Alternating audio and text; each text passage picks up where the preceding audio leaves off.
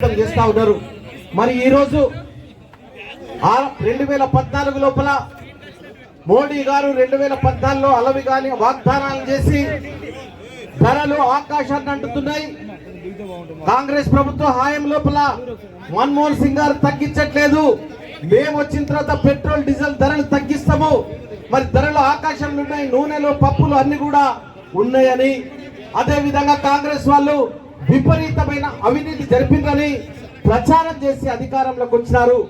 నల్లధనాన్ని స్విస్ బ్యాంకుల్లో పెట్టినారు. అవన్నీ కూడా తీసుకొచ్చి ప్రతి ఒక్కరి అకౌంట్ లో మేము వేస్తామని చెప్పి ఓట్లు దండుకొని అధికారంలోకి వచ్చిన తర్వాత వాళ్ళ 10 ఏళ్ల పాలన మీద మనం ఈరోజు నిరసన ర్యాలీని ధర్నాన్ని నిర్వహిస్తా ఉన్నాం. 10 ఏళ్లలో మోడీ గారు మరి నల్లధనం కోసం ఒక కమిటీని వేసి ఒక రిటైర్డ్ జడ్జి చేత నేను చేయిస్తా, ఎవరెవరున్నాయో వాళ్ళ లిస్ట్ పెట్టిస్తా అని మరి తుస్సు అనిపించినాడు. అదే విధంగా మరి నోట్ల రద్దుతో నల్లధనం బయటకు వస్తుంది, నోటు బందీ కార్యక్రమాన్ని తీసుకొస్తామని పేద ప్రజలను, బడుగు బలహీన వర్గాలను, మధ్యతరగతి ప్రజలను మండు టెండల్లో నిలబెట్టి వాళ్ళందరినీ చంపి గొప్ప గొప్పలకు నోట్ల రద్దు కార్యక్రమంలో నోట్లను ఏ విధంగా పంచినాడో మనం అందరం చూస్తాము.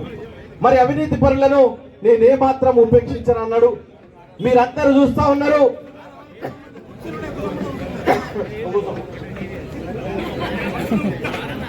మరి ఈరోజు అవినీతి పరులు ఎవరయ్యా? మరి ఈరోజు ఏ విధంగా అందరి కళ్ళకు కారం కొట్టి చట్టాన్ని తీసుకొచ్చి ఎలక్టోరల్ బాండ్స్ లోపల ఏ విధంగా అవినీతి జరిగిందో మనం అందరం కూడా సుప్రీంకోర్టు మొట్టికాయలు వేసేదాకా ఆ ఏడీఆర్ సంస్థ వాళ్ళ పేర్లను బయట పెట్టాలని పట్టుబట్టి కేసు వేసిన తర్వాత స్టేట్ బ్యాంక్ ఆఫ్ ఇండియాకు సుప్రీంకోర్టు చెప్పింది. ఎంతమంది అయితే ఎన్నికల బాండ్లను కొన్నారో వాళ్ళందరి పేర్లు, వాళ్ళ యొక్క అమౌంట్లు అన్ని ప్రకటించాలి, ఎన్నికల సంఘానికి ఇవ్వాలని చెప్పినారు. అప్పుడు కూడా మోడీ దాన్ని అడ్డుకునే ప్రయత్నం చేస్తాడు. మేము జూన్ తర్వాత ప్రకటిస్తాము. దేశంలో పెద్ద బ్యాంక్ అయింది, కంప్యూటరీకరణ అయినటువంటి bank state bank of India, మళ్ళీ మాకు 3 నెలల కాలం ఇవ్వాలని చెప్పినాడు. అవినీతి ఏ విధంగా జరిగిందో మన కాంగ్రెస్ కార్యకర్తలు, నాయకులు దయచేసి ఈ ఎన్నికల బాండ్ల గురించి మీరు చెప్పాలి. ఆ తర్వాత మొట్టికాయలు వేసి జూన్ కాదురా నాయన, రేపు సాయంత్రం వరకల్లా నీకు ఆల్రెడీ 3 వారాల టైం ఇచ్చినాం, అది అయిపోయింది, ఆ గడువు అయిపోయింది, రేపు ఎన్నికల సంఘానికి ప్రకటించమన్న తర్వాత ఒక్కొక్కరి అవినీతి బయటపడ్డది. మరి ఏ విధంగా బీజేపీ ప్రభుత్వం నీకు బెయిలియడానికి శరత్ చంద్ర రెడ్డి, మెటిరో గ్రూప్ సంస్థ అధినేత, ఏ విధంగా లిక్కర్ స్కామ్ లో జైల్లో ఉన్నాడో, ఈ రోజు కవిత లాగా ఆ రోజు ఆయనకు బెయిల్ రాకపోతే 6 నెలలు 500 కోట్లు కట్టిన తర్వాత, 500 ఎలక్టోరల్ బాండ్స్ కట్టిన తర్వాత, ఎన్నికల బాండ్లు కొన్న తర్వాత సాయంత్రానికి బెయిల్ వచ్చింది. ఇది ఏం అవినీతి అనాలే? ఏ విధంగా బీజేపీ అవినీతి చేస్తున్నదని మన కళ్ళకు కనబడతా ఉన్నది. మరి అదే విధంగా వేరే విధంగా చాలా సంస్థలు, ఇంకా మీకు ఒక విషయం చెప్పాలి, 3 ఏళ్ల లోపల ఉన్నటువంటి ఏ కార్పొరేట్ కంపెనీ అయినా ఎలక్టోరల్ బాండ్లను కొనడానికి వీలు లేదు. కానీ మన టిఆర్ఎస్ ప్రభుత్వము ఆ రోజు సంవత్సర కాలంలో పెట్టినటువంటి కంపెనీలతోని కోట్ల రూపాయల బాండ్లు కొనిపించింది. అట్లాంటివి 20 సంస్థలు ఉన్నాయి. 3 ఏళ్ల లోపల, సంవత్సరం లోపల, 2 సంవత్సరాల లోపల ఉండి అది ఏదైతే ఎన్నికల బాండ్లను కొనకూడదన్నటువంటి నిబంధనను ఉల్లంఘించి అది కొన్నది, దానికి శిక్షార్హులని నిన్న మొన్న అందరు చాలా మంది మాట్లాడుతూ ఉన్నారు. ఏ విధంగా అవినీతి జరిగిందో ఒక్కసారి ఆలోచించండి మీరు. నోట్ల రద్దు కార్యక్రమంలో అవినీతే, ఎన్నికల బాండ్ల లోపల అవినీతే. మరి ఇక రాఫెల్ కుంభకోణం అయితే చెప్పరాదు.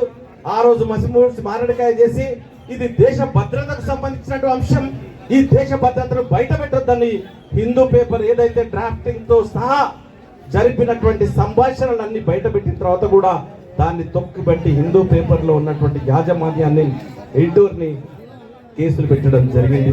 మరిగా హిండెన్బర్గ్ సంస్థ 11 లక్షల కోట్ల రూపాయల స్కామ్ జరిగింది ఈ యొక్క షేర్ మార్కెట్ లోపల అని హిండెన్బర్గ్ సంస్థ ఇస్తే, మా నాయకుడు రాహుల్ గాంధీ గారు ఆ రోజు జాయింట్ పార్లమెంటరీ కమిటీ వేయమని చెప్తే వేయకుండా ఆయనను పార్లమెంట్ నుండి సస్పెండ్ చేసిన విధానం మీ అందరికీ తెలిసిందే. అంటే రాబో లోక్సభ ఎన్నికల్లో భారతీయ జనతా పార్టీని గద్దె దించేంత వరకు విశ్రమించకుండా ఉండాలని చెప్పని మరి ప్రజలకు పిలుపునివ్వడంతో పాటు కార్యకర్తలు కూడా చైతన్యపరచడానికి బీసీ సంక్షేమ శాఖ మార్చులు పెద్దలు పొన్నం ప్రభాకర్ గారి ఆధ్వర్యంలో కరీంనగర్ లోక్సభ పరిధిలో ఈరోజు మనం ఒక దీక్షా కార్యక్రమాన్ని భాజపా వైఫల్యంపై చేస్తూ ఉన్నాం. ఇప్పుడే కరీంనగర్ జిల్లా కాంగ్రెస్ పార్టీ అధ్యక్షులు మానకొండూరు శాసనసభ పెద్దలు కొమ్మెంపల్లి సత్యనారాయణ గారు అన్ని అంశాలను కూడా సందర్భాన్ని కూడా చెప్పడం జరిగింది. మరి ఈనాటి వేదిక మీద ఉన్నటువంటి కాంగ్రెస్ పార్టీ పెద్దలందరూ కూడా పేరు పేరున మరి జిల్లాకు ఇన్ఛార్జిగా ఉన్నటువంటి పెద్దలు నరసింహారెడ్డి గారు కూడా రావడం జరిగింది. అదేవిధంగా మాజీ శాసనసభ్యులు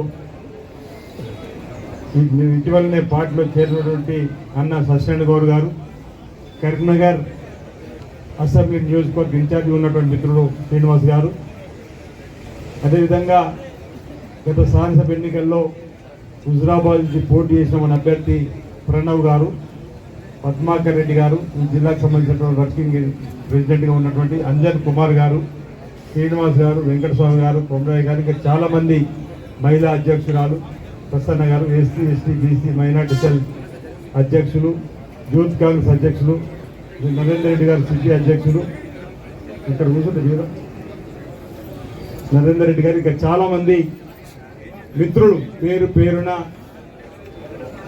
కరీంనగర్ లోక్సభ పరిధిలో వచ్చేసినటువంటి బ్లాక్ కాంగ్రెస్ కమిటీ అధ్యక్షులు, పిసిసి సభ్యులు, అన్ని మండలాల కాంగ్రెస్ పార్టీ అధ్యక్షులు, అన్ని అనుబంధ సంఘాలకు సంబంధించిన నాయకులు, గత శాసనసభ ఎన్నికల్లో మన ప్రభుత్వం రావడానికి కృషి సల్పినటువంటి ప్రతి ఒక్క కార్యకర్తకు, అదేవిధంగా పాత్రికేయ మిత్రులందరికీ కూడా నా హృదయపూర్వకమైనటువంటి నమస్కారాన్ని సందర్భంగా తెలియజేస్తూ 10 సంవత్సరాల భారతీయ జనతా పార్టీ ప్రభుత్వ వైఫల్యాలను ఎప్పటికప్పుడు ఈ దేశంలో కాంగ్రెస్ పార్టీ ఎండగడుతూ పేదల ప్రక్షాళన నిలబడ్డటువంటి సందర్భం మనం ఒకసారి గుర్తు చేసుకోవాల్సిన అవసరం ఉందన్నమాట ఈ సందర్భంగా తెలియజేస్తూ, నరేంద్ర మోడీ గారి ప్రధానమంత్రిగా పదవి బాధ్యత స్వీకరించిన తర్వాత నియంతృత్వ పోగొడుతూ ఆయన పరిపాలిస్తున్న తీరును కూడా ప్రజలందరూ కూడా గమనిస్తున్న వేళ మీ అందరికీ ఒకటి చెప్పదలుచుకున్నా,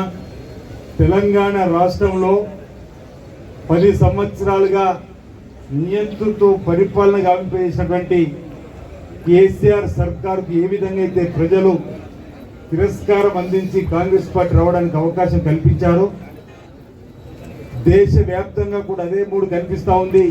భారతీయ జనతా పార్టీ నియంతృత్వ పోకడలకు దేశ ప్రజలందరూ కూడా గమనిస్తూ ఎన్నికల్లో ఇండియా కూటమికి అవకాశం ఇవ్వాలని చెప్పని ఆలోచిస్తున్న తరుణంలో మన ప్రాంతంలో కరీంనగర్ లోక్సభ పరిధిలో కూడా మనమంతా ప్రజలకు 10 సంవత్సరాల భాజపా వైఫల్యాలను ఎత్తి చూపుతూ కరీంనగర్ లోక్సభ అభ్యర్థి ఎవరైనా ఈరోజు ప్రకటించిన ఆ అభ్యర్థిని గెలిపించిన ధ్యేయంగా మనందరం కూడా కష్టపడి పనిచేయాలని చెప్పిన మాట ఈ సందర్భంగా మీకు అందరూ కూడా తెలియజేస్తూ, కన్యాకుమారి నుంచి కాశ్మీర్ వరకు సుమారు 4000 కిలోమీటర్ల పైచిలకు మన రాహుల్ గాంధీ గారు చేసిన పాదయాత్ర, ఆ తదుపరి మణిపూర్ నుంచి ముంబై వరకు సుమారు 6000 కిలోమీటర్ల పాదయాత్ర కలిపి 10,000 కిలోమీటర్ల పాదయాత్ర వేసి ఈ దేశంలో జరుగుతున్నటువంటి ప్రజలకు అన్యాయాన్ని ఎలుగెత్తి చెబుతూ చూపుతూ వారి ప్రయాణం మండు టెండల్లో మంచు కొండల్లో భారీ వర్షాలు పడుతున్నప్పుడు కూడా ఎక్కడ ఆగకుండా మన తెలంగాణలో కూడా 22 రోజులు వారి పాదయాత్ర నడిచింది. పెద్దలు పొన్నం ప్రభాకర్తో పాటు వేదిక మీద నేతమందరం కూడా వెళ్ళి వారికి సంఘీభావం తెలియజేసినాం.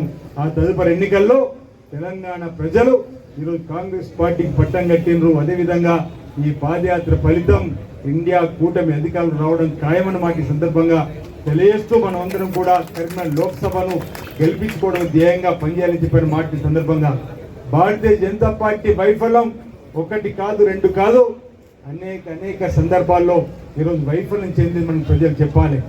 బాగా గుర్తు, నరేంద్ర మోడీ గారు ప్రధానమంత్రి కాగానే పేదలందరూ కూడా జీరో ఖాతాలు, జన్ ధన్ ఖాతాలు తెరవండి, వెంటనే దన్ మీకు 14,02,000 రూపాయలు పేదల ఖాతాలు వేస్తారు అన్నాడు. వచ్చినవా? ఈరోజు మనం గ్రామాల్లో అడగాల్సిన అవసరం ఉంది. జన్ ధన్. వేములవాడ శాసనసభ్యులు గౌరవనీయులైన ఆది శ్రీనివాస్ గారు, కరీంనగర్ శాసనసభ ఇన్ఛార్జ్ శ్రీనివాస్ గారు, హుజరాబాద్ శాసనసభ ఇన్ఛార్జ్ ప్రణవ్ గారు, మాజీ శాసనసభ్యులు సత్యనారాయణ గౌడ్ గారు, నగర కాంగ్రెస్ అధ్యక్షులు నరేందర్ రెడ్డి గారు, అంజన్ కుమార్ గారు, మన ఇన్ఛార్జ్ నరసింహారెడ్డి గారు, హైదరాబాద్ నుంచి వచ్చే వెంకటరామరెడ్డి గారు, కాంగ్రెస్ పార్టీ అనుబంధ సంఘాల నాయకులు, లోక్సభ నియోజకవర్గం నుంచి, కరీంనగర్ శాసనసభ నియోజకవర్గం నుంచి వచ్చేసినటువంటి కాంగ్రెస్ పార్టీ పెద్దలు, కుటుంబ సభ్యులందరూ కూడా పేరు పేరున నమస్కారం. ఈరోజు డాక్టర్ బాబాసాహెబ్ అంబేద్కర్ గారి జయంతి. భారత రాజ్యాంగాన్ని నిర్మించినటువంటి, భారత రాజ్యాంగం ద్వారా ఈరోజు ఈ దేశానికి దిశ దశ ప్రజాస్వామ్యంగా నిలిచోవడానికి చూపెట్టినటువంటి వ్యక్తి జయంతి. ఈ జయంతి పురస్కరించుకొని ఈరోజు కరీంనగర్ జిల్లా కాంగ్రెస్ పార్టీ, సిరిసిల్ల జిల్లా కాంగ్రెస్ పార్టీ సంయుక్తంగా కలిసి ఈ పార్లమెంటు నియోజకవర్గంలో ప్రజాస్వామ్యాన్ని కాపాడాలని, అదేవిధంగా భారతీయ జనతా పార్టీ మొన్నటి దాకా అధ్యక్షుడిగా, ఇప్పుడు అఖిల భారతీయ ప్రధాన కార్యదర్శిగా, స్థానికంగా పార్లమెంటు సభ్యుడిగా ఉన్నటువంటి బండి సంజయ్ గారు కావచ్చు, ఈరోజు కేసీఆర్ ప్రాయోజిత ప్రతిపాదన చేయబడితే రాష్ట్ర బీజేపీ అధ్యక్షుడిగా ఉన్నటువంటి కిషన్ రెడ్డి గారు కావచ్చు, ఎవరైనా కాంగ్రెస్ పార్టీ గ్యారంటీల గురించి అడుగుతా ఉన్నారు. అందుకే కాంగ్రెస్ గ్యారంటీల గురించి, అమలు గురించి అడిగే ముందు 10 సంవత్సరాలుగా అధికారంలో ఇవ్వాల కూడా, మేము అధికారంలోకి వచ్చి 4 నెలలైంది, మీరు అధికారంలో ఉన్నట్టు 10 సంవత్సరాలైంది, మీ అమలు కాని హామీలేందో, మీ అమలు కాని హామీలేందో ఆ హామీలన్నీ కూడా ఇలా తెలంగాణ ప్రజలకు తెలవాలని ఇలా ఈ దీక్ష చేస్తా ఉన్నాం తప్ప ఇంకొకటి కాదు. అడుగుతా ఉన్నాం. ఆనాడు ప్రభుత్వం అధికారంలోకి వస్తే ప్రతి ఖాతాలో 15 లక్షలు పడతాయి, నల్లధనాన్ని బయటికి తీసుకొస్తున్నారు. ఎవరి ఖాతాలలో పడ్డాయా? ఈరోజు దేశంలో రైతులందరికీ పెన్షన్ ఇస్తా అన్నారు. ఎవరికైనా పెన్షన్ ఇస్తా ఉన్నారా? పోగా రైతులకు సంబంధించి నల్ల చట్టాలను తెచ్చి ఢిల్లీ సరిహద్దుల్లో రైతులంతా రోడ్డెక్కి దీక్ష చేసి 1000 మంది చనిపోతే కూడా కనీసం స్పందించినటువంటి స్థానిక తెలంగాణ నాయకులు ఇలా ఏ ముఖం పెట్టుకొని రైతుల అంశం మీద మాట్లాడతారని అడుగుతా ఉన్నాం. అంతేకాదు, సంవత్సరానికి 2 కోట్ల ఉద్యోగాలు ఇస్తా అన్నారు. ఎవరికైనా ఉద్యోగాలు ఇచ్చినా అని ఇలా ఈ వేదిక ద్వారా భారతీయ జనతా పార్టీ నాయకత్వాన్ని అడుగుతా ఉన్నాం. ఆనాడు ఉద్యోగ అవకాశాలు కల్పించడానికి కాంగ్రెస్ పార్టీ నాయకత్వం, ఆనాడు ప్రధాని నెహ్రూ గారు, ఇందిరాగాంధీ గారు ఆ రోజు పంచవర్ష ప్రణాళిక ద్వారా అనేక పరిశ్రమలు తెస్తే ఆ పరిశ్రమలన్నీ ఇలా దారాదత్తం అదాని అంబానీకి చేస్తున్నటువంటి మాట వాస్తవం కాదా? కిషన్ రెడ్డి గారు, బండి సంజయ్ గారు అడుగుతా ఉన్నారు. ఎంతసేపు మతపరంగా ఇలా నిజంగా మీ ప్రధానమంత్రి 10 సంవత్సరాలు ఈ దేశానికి అభివృద్ధి చేసినట్టయితే, ఈ తెలంగాణకు సంబంధించి అభివృద్ధి చేసినట్టయితే, ఈ తెలంగాణ విభజన హామీలు అమలు చేసినట్టయితే, ఈ తెలంగాణ ఏర్పాటును అవమానపరిచే విధంగా మాట్లాడకపోయినట్టుంటే మీరు అడగండి. నిన్న నేను చూసిన కేటీఆర్ గారు తెలంగాణలో తెలియలేదంటే ఫైర్ అయిన బండి సంజయ్. తెలంగాణకు తప్పకుండా ఎవడైనా తెలియలేదంటే ఆడు వెధవతో సమానమే. కానీ తెలంగాణ ఏర్పాటును, తెలంగాణ అమరవీరుల త్యాగాన్ని, తెలంగాణ ప్రజల ఆకాంక్షను అవమానపరిచే విధంగా పార్లమెంటు సాక్షిగా మాట్లాడిన నరేంద్ర మోడీ మీద నువ్వేం మాట్లాడలేదు, ఎందుకు విధవా అని అడుగుతా ఉన్నాను. ఈరోజు నీకు బాధ్యత లేదా? తెలంగాణ ఉద్యమంలో ఎక్కడ ఉంటివి? ఇలా తెలంగాణ పౌరుల మీద మాట్లాడుతుంటే ఎలక్షన్ల కొరకు రియాక్ట్ అవుతున్నావు కదా. తెలంగాణ ఏర్పాటు విధానాన్ని అవమానపడుతుంటే ఎందుకు ఇలా మౌనంగా పార్లమెంటులో ఉండి కూడా స్పందించలేదని అడుగుతా ఉన్నాం. ఇలా నరేంద్ర మోడీ గారి ప్రభుత్వంలో తెలంగాణ విభజన హామీలు అమలు కాలే. తెలంగాణకి ఇవ్వాల్సినటువంటి ఇలా అన్ని రాష్ట్రాల్లో ఇస్తున్నట్టుగా బాత్రూములు ఇస్తున్నారు, అన్ని రాష్ట్రాల్లో ఇస్తున్నట్టుగా ఉపాధి హామీ ఇస్తున్నారు, అన్ని రాష్ట్రాల్లో ఇస్తున్నట్టుగా కేంద్రానికి రాష్ట్రం కట్టినటువంటి పన్నుల్లో ఫెడరల్ సిస్టమ్ ద్వారా వచ్చేది తిరగవచ్చు. 29వ తెలంగాణ రాష్ట్రంగా దేశంలో అత్యంతమైనటువంటి చిన్న రాష్ట్రం అంటే వయసులో 10 సంవత్సరాల క్రితం ఏర్పడ్డ రాష్ట్రానికి తెలంగాణ ప్రభుత్వంగా కేంద్రం నుంచి ఏమి ఇచ్చినారో అని అడుగుతా ఉన్నాం. విభజన హామీలు అమలు చేయలే. ఆనాడు 7 మండలాలు సీనియర్ ప్రాజెక్టు ఆర్డినెన్స్ ద్వారా గుంజుకుపోయిండ్రు. ఇలా తెలంగాణకు ఏదైనా ప్రత్యేకంగా ఉద్యోగ సమస్య పరిష్కారానికి పరిశ్రమ తీరలేదు, విద్యారంగ అభివృద్ధానికి ఒక విద్యా సంస్థ తీరే, వైద్య అభివృద్ధికి సంబంధించి ఒక వైద్య సంస్థను తీసుకురాలేదు. ఈరోజు ఈ రాష్ట్రానికి ఉపయోగపడేది ఏం చేసినారని అడుగుతా ఉన్నాం. మొన్నటికి మొన్న వడ్లు కొనాలంటే కేంద్రం రాష్ట్రం మధ్యలో దోబూచ నడిచింది. రాష్ట్రము కేంద్రం మధ్యలో ఆడుకున్నటువంటి పరిస్థితి నడిచింది. అది వస్త్ర పరిశ్రమ గురించి చెప్తా ఉన్నారు. ఇలా 12% జిఎస్ చేసిన మొట్టమొదటి స్వాతంత్రం వచ్చిన తర్వాత దేశ ప్రభుత్వం ఏదంటే అది భారతీయ జనతా పార్టీ ప్రభుత్వం అనే మాట సందర్భంగా మనం చెప్తా ఉన్నాం. ఇలా ఎస్ఐడిపి కింద దేశంలో అనేక రాష్ట్రాలకు నిధులు వస్తే ఇక్కడ ఉన్నటువంటి పార్లమెంట్ సభ్యుడు ఇవాళ ₹1 కూడా నిధులు తీసుకురాలని సిరిసిల్లకు ప్రత్యక్ష నిదర్శనాలు రికార్డ్ ఎవిడెన్స్ ఉంది. అంతేకాదు ఇంతకుముందుగా మా గౌరవ శాసనసభ్యులు శ్రీనివాస్ గారు చెప్పినట్టుగా బాగా హిందుత్వం గురించి మాట్లాడి ఆనాడు పొరపాటున కేసీఆర్ గారు ఆయన పెద్ద భక్తుడిగా యాగాలు చేసినా అని చెప్పి నాకంటే పెద్ద హిందుగాడు ఓడు పొందుగాడంటే ఎన్నికలు నినాదం చేసుకుని గెలిచిన నీవు. ఇలా కాంగ్రెస్ కార్యకర్తలు చెప్తా ఉన్నా, దయచేసి ఆనాడు హిందుగాలు పొందుగారు ఎట్లా గెలిచిండో ఇలా తల్లి ప్రస్తావన తెచ్చి ఆయన సమాధి ఆయనే కట్టుకున్నాడు. ఇలా ఎవరికైనా తల్లి ఆ తల్లి గురించి మాట్లాడే వ్యక్తి సమాధి కావాల్సిందే అన్నమాట సందర్భంగా మనం చేస్తా ఉన్నా. అరే ఎంత నీచమైనటువంటి రాజకీయమైన విధానాలు అవలంబిస్తా ఉన్నారు. ఇలా నీకు కనీస అవగాహన లేకుండా రాజకీయపరమైనటువంటి అభివృద్ధి ఛాలెంజ్ చేస్తా ఉన్నా. ఇలా నేను 5 సంవత్సరాలు పార్లమెంట్ సభ్యుడిని, మీరు కూడా 5 సంవత్సరాలు పార్లమెంట్ సభ్యుడు రా. అక్షింతల పేరు మీదనో ఉపాధి హామీ ఎంపీ నిధులో కాదు, కేంద్రం నుంచి ఏవైనా ఈ ప్రజలకు ఉపయోగపడి చిరస్థాయిగా ఉపయోగించగలిగే కేంద్రీయ విద్యాలయమా, తిరుపతికి రైలా, పాస్పోర్ట్ కార్యాలయమా, మోడల్ స్కూల్సా, కేంద్రీయ కస్తూరిబా పాఠశాలల, టూరిజం ప్రాజెక్టులా ఏం తీసుకొచ్చిన చర్చకురా. ఊకే పోయి అక్షింతలు ముట్టినాయా, ఉపాధి హామీ పని వచ్చిందా, ఎవరో చెప్తారు పెద్ద పెద్ద పుస్తకాలు కొట్టినామని. బాత్రూమ్ పేరు ఓనర్తో సహా పుస్తకాలు కొట్టించిన పేరు. ఏదైనా 10 పనులు ప్రయోజనం ఆ నేషనల్ హైవే గురించి చెప్తారు. నేషనల్ హైవే జీవో నేను తెచ్చిన అనేక సందర్భాల్లో చూపెట్టినా. మేము ఇలా మధ్యలో వచ్చిన పార్లమెంట్ సభ్యుడు అలైన్మెంట్ మార్చుకొని మెడికల్ కాలేజ్ ముందుకు పోతుంది. సిట్టింగ్ ఎంపీ నువ్వు ఇది కరెక్ట్ గా జగిత్యాల నుంచి కరీంనగర్ మీదుగా వరంగల్ పోవాలంటే రామగుండం రోడ్డు ఎక్కిపోతుంటే నాలుంచి పడి నువ్వు ఇవాళ దాని రోడ్డును సరిగా మార్చలేని వ్యక్తి ఇలా అడుగుతా ఉన్నాం. కరీంనగర్ పార్లమెంట్ సభ్యుడు అంటే ఒక గౌరవం ఉండే, కానీ ఇలా ఆ గౌరవాన్ని దించే విధంగా నిన్ను అధ్యక్ష పదవి నుంచి తొలగించడానికి అవినీతే కారణమని రాష్ట్రంలో బీజేపీ నాయకత్వం కిషన్ రెడ్డితో సహా గోడే కూస్తా ఉన్నారు. దానికి జవాబు అంటే జవాబు చెప్పలేక ఏది పడితే అది మాట్లాడుతా ఉన్నారు. ఇలా వ్యక్తిగతమైన ఆరోపణలు సరలే.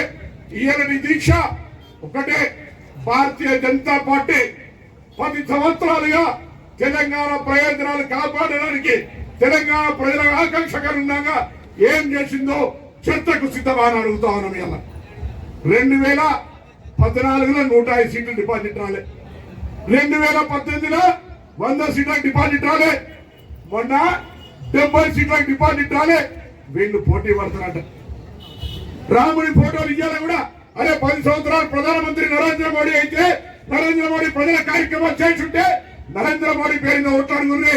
కానీ ఇప్పటికి కూడా రాముని కటౌట్లు పెట్టుకొని వాళ్ళ కింద ఫోటోలు పెట్టుకొని రాముని ఫోటోలు ఇంటింటికి వంచుకుంటా అక్షింతరించుకుంటా ఓట్లాడుతున్నాయి. నరేంద్ర మోడీ ఫోటో లేకుండా మీ ప్రధానమంత్రి పరువు కింద దిగలారిపోయిందా?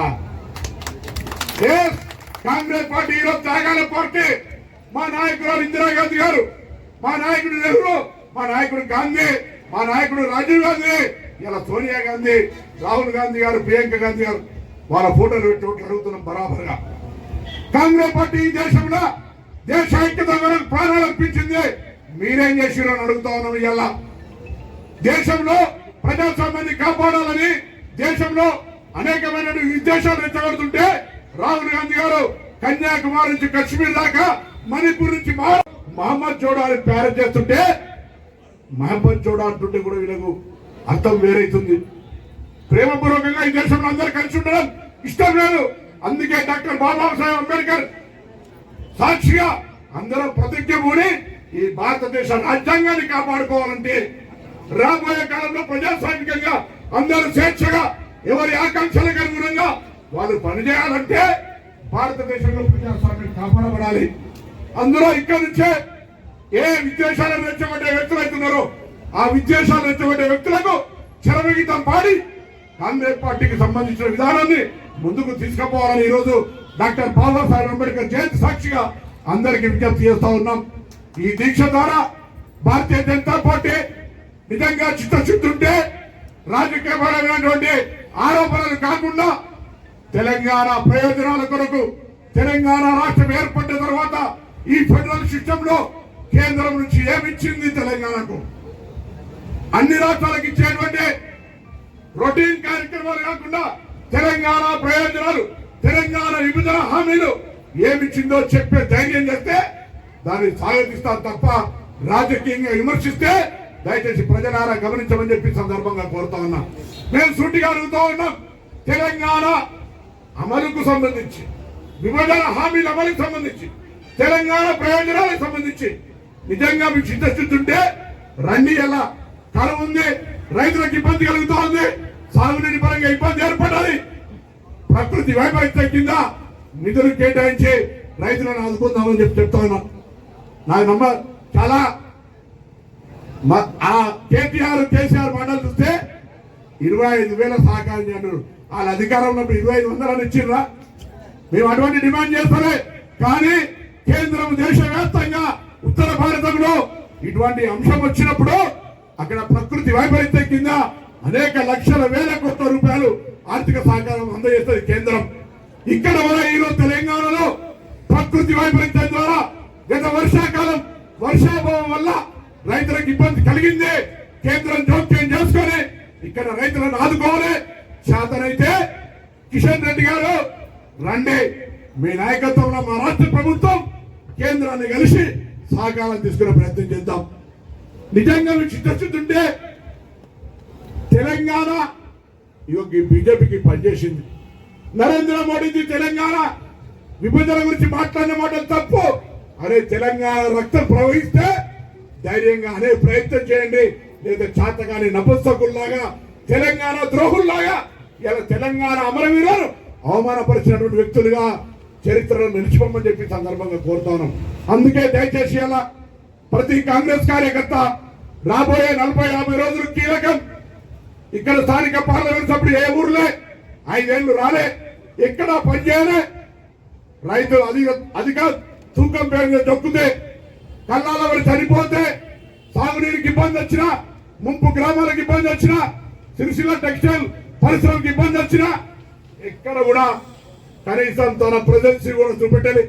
ఇవాళ ఎన్నికలు రాగానే శవ రాజకీయాలు, మిగతా రాజకీయ ఆరోపణలు. అయ్యా 5 ఏళ్ళు ఎక్కడ వేలు, 5 ఏళ్ళు ఇక్కడ ఎంపీ కదా, ఇక్కడ అనేక సమస్యలు ఉంటాయి కదా, ఏం చేసినామని అడుగుతాను. కేంద్రం నుంచి ఇక్కడ తెలంగాణ ప్రభుత్వం లేకపోతే ఒక మెడికల్ కాలేజ్ అనేది తెచ్చేది ఉంటే కదా గత 5 సంవత్సరాల నుంచి. ఏం చేసిన జిల్లాకు బండి సంజయ్కి పని చేసిండు అని చెప్పుకుని ఒక్క పని చూపెట్టు, నేను 20 పనులు చూపెడతానని చెప్పి సందర్భంగా డిమాండ్ చేస్తా ఉన్నాను. అందుకే దయచేసి కార్యకర్తలారా, మనకి ఇలా భారతీయ జనతా పార్టీ తెలంగాణ విధానాన్ని వ్యతిరేకించింది. తెలంగాణకు నిధులు ఇవ్వలే, దేశవ్యాప్తంగా అమలు చేయలే హామీలు ఉన్నాయి. వాటన్నిటి మీద మనం ప్రచారాస్త్రాన్ని తీసుకొని ముందుకు పోవాలని వేదిక ద్వారా ఈ దీక్ష ద్వారా ప్రతి ఒక్కరి విజ్ఞప్తి చేస్తూ డాక్టర్ బాబాసాహెబ్ అంబేద్కర్ గారు చెప్పినారు, పోరాడితే పోయేదేమిలో సంఖ్యలు తప్ప అన్నట్టుగా ఈ రోజు రాహుల్ గాంధీ గారు దేశంలో ఉన్నటువంటి విద్వేషాలు పోవాలని, ప్రేమ అభిమానాలు పెరగాలని ఏ విధంగా యాత్ర చేసిండు. మనం కూడా ఈ జిల్లాలో అందరం కూడా దేశం, రాష్ట్రం, జిల్లా అందరం కూడా బాగుండాలని కోరుకునే విధంగా మన కార్యక్రమం ఉండాలి.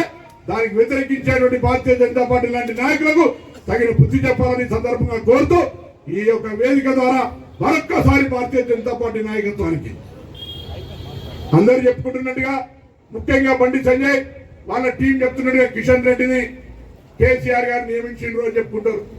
బండి సంజయ్ ఎందుకు తొలగించారో అదే చెప్పుకుంటారు. ఆ సందర్భం మాకు అవసరం లేదు.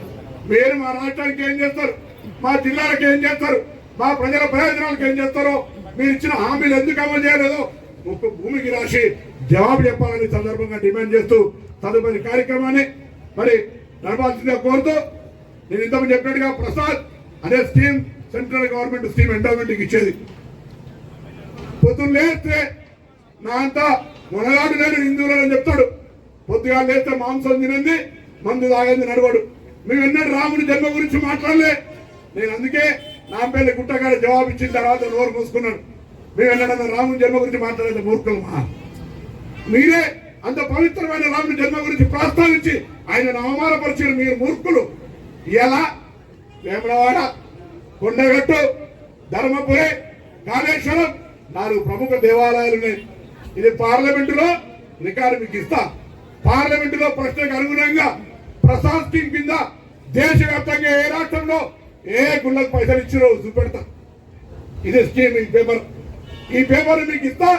దయచేసి ఎప్పుడైనా ప్రెస్ కాన్ఫరెన్స్ లో ఎందుకు చేతగాలే కనీసం దేవాలయాలే కన్నా పైసలు లేదు, విద్యాలయాలకు లేకపోతే, వైద్యాలయాలకు లేకపోతే, పరిశ్రమలకు లేకపోతే, పొద్దున పేరున హిందువులు అని చెప్పాను. హిందువుల డెవలప్మెంట్ కు సంబంధించిన దేవాలయాలకు కూడా నిధులు లేకపోతే లిఖిత పూర్వకంగా పార్లమెంట్ లో ఇచ్చిన జవాబుని జవాబు చెప్పమని డిమాండ్ చేస్తా ఉన్నాం. వీటన్నిటికి జవాబు చెప్పి అప్పుడు ఓట్లు అడుగు, అప్పుడు ఊర్లోకి రా. లేదా ఊర్ల బిడ్డ మేము అడ్డుకోము. ఎందుకంటే అడ్డుకుంటే నన్ను అడ్డుకుంటున్నారని